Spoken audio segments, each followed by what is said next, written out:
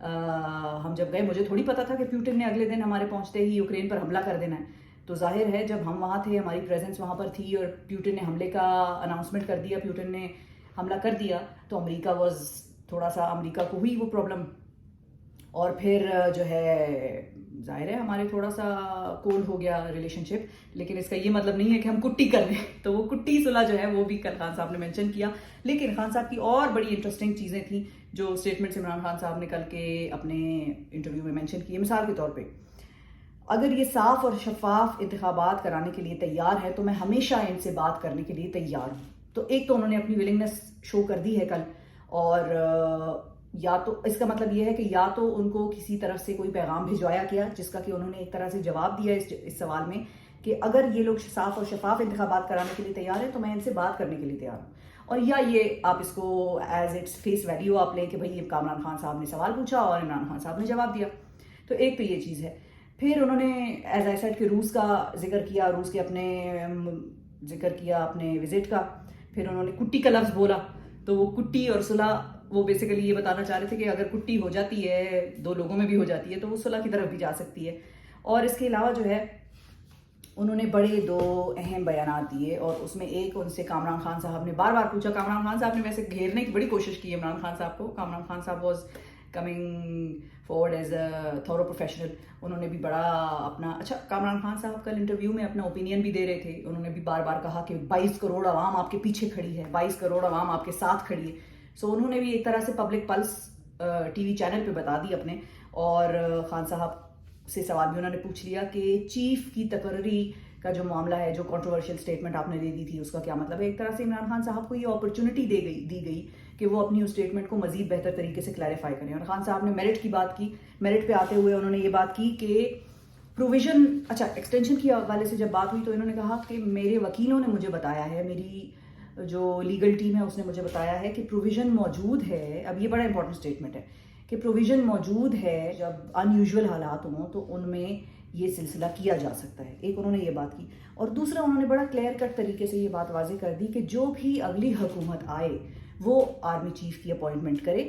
اگلی حکومت آئے سے مراد یہ ہے, اس سے پہلے انہوں نے یہ بھی کہا کہ صاف اور شفاف انتخابات کرانے کے بعد جو بھی اگلی حکومت آئے, جیت کر پبلک مینڈیٹ لے کر آئے, وہ چیف کی تقرری کرے اور اسی کو اختیار ہونا چاہیے. اچھا یہ اسٹیٹمنٹ بہت سارے لوگوں نے, ابھی یہ انٹرویو چل ہی رہا تھا تو لوگوں نے ٹویٹس کرنی شروع کر دی. صحافیوں میں بھی بہت سارے تھے جنہوں نے ٹویٹ کرنی شروع کر دی. اور مبشر زیدی صاحب ہیں, بڑے سینئر جرنلسٹ ہیں, انہوں نے ایک ٹویٹ کی کہ ہی ڈیڈنٹ سے اٹ. انہوں نے کہا کہ عمران خان نے نہیں کہا.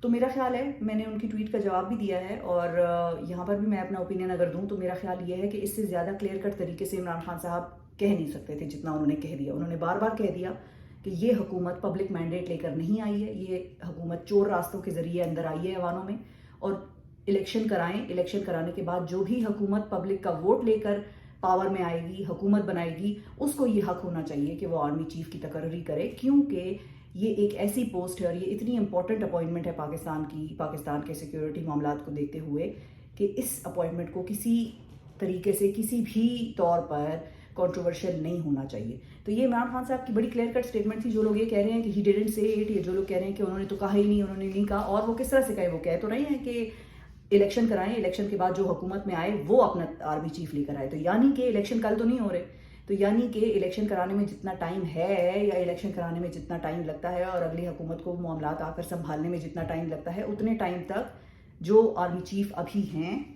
وہ پاور میں رہیں. یہی عمران خان صاحب کی بات کا مطلب تھا. اور اگین میں جاتے جاتے یہ کلیریفیکیشن کے ساتھ جاتے جاتے میں دوبارہ کہہ دوں کہ یہ ایک ایسی اپوائنٹمنٹ ہے پاکستان کی سالمیت اور بقا کے حوالے سے کہ اس اپوائنٹمنٹ کو کسی بھی صورت میں کنٹروورشل نہیں ہونا چاہیے. اور عمران خان صاحب نے بھی یہی بات کی اپنے انٹرویو میں. اور جاتے جاتے میں یہ بھی کہہ دوں کہ انہوں نے دوبارہ یہ بات کی تھی. ایک خان صاحب نے دوسرے خان صاحب کو بڑے اسمارٹلی ہینڈل کیا, اور بڑا ہی زبردست انٹرویو تھا کل کا, اور بہت معنی خیز تھا, بہت امپورٹنٹ تھا, بڑی سگنیفیکنس تھی اس کی. سٹارٹ ہونے سے لے کر آخر تک اس کی بڑی ایک ویلیو تھی, اور بڑے لوگ اس کو دیکھ رہے تھے, سب ہی دیکھ رہے تھے, بلکہ پورا پاکستان بیٹھا ہوا دیکھ رہا تھا. ایز آئی سیڈ کہ جس ریسٹورینٹ میں میں کھانا کھا رہی تھی وہاں پر بھی every thing was put on a halt, جس کے جو آرڈر تھے, جو کچھ تھا, جو سلسلہ تھا, وہ سب بھی جو ہے اس کو روک کے اپنے معاملات کو عمران خان صاحب کا انٹرویو دیکھ رہے تھے. سو بڑا امپورٹنٹ انٹرویو تھا اور بہت سارے معاملات عمران خان صاحب نے کلیریفائی کر دیے, بہت سارے میسیجز دے دیے انہوں نے کل کے انٹرویو میں, اور انہوں نے بتا دیا کہ میں بیٹھ کر بات کرنے کے لیے بھی تیار ہوں. انہوں نے بتا دیا کہ اگلا آرمی چیف جو ہے اس کی اپوائنٹمنٹ ایک الیکٹڈ حکومت کو ہونی چاہیے جو کہ ایک صاف اور شفاف انتخابات کے بعد آئے. اور انہوں نے یہ بھی بتا دیا کہ لاء میں پروویژن موجود ہے کہ جب اس قسم کے حالات ہوں جو کہ ان یوزول ہوں تو جو چیف ہیں وہ اپنی مدت سے زیادہ کا عرصہ گزار سکتے ہیں اس وقت تک جب تک حالات ان یوزول ہیں. Of course this is a very important position, یہ پوزیشن خالی تو نہیں رہ سکتی. تو یہ سارے معاملات ہیں. سو آپ سے ملاقات ہوگی اگلے وی لاگ میں, تب تک کے لیے اپنا خیال رکھیے اور پاکستان کو دعا میں یاد رکھیے. اللہ حافظ.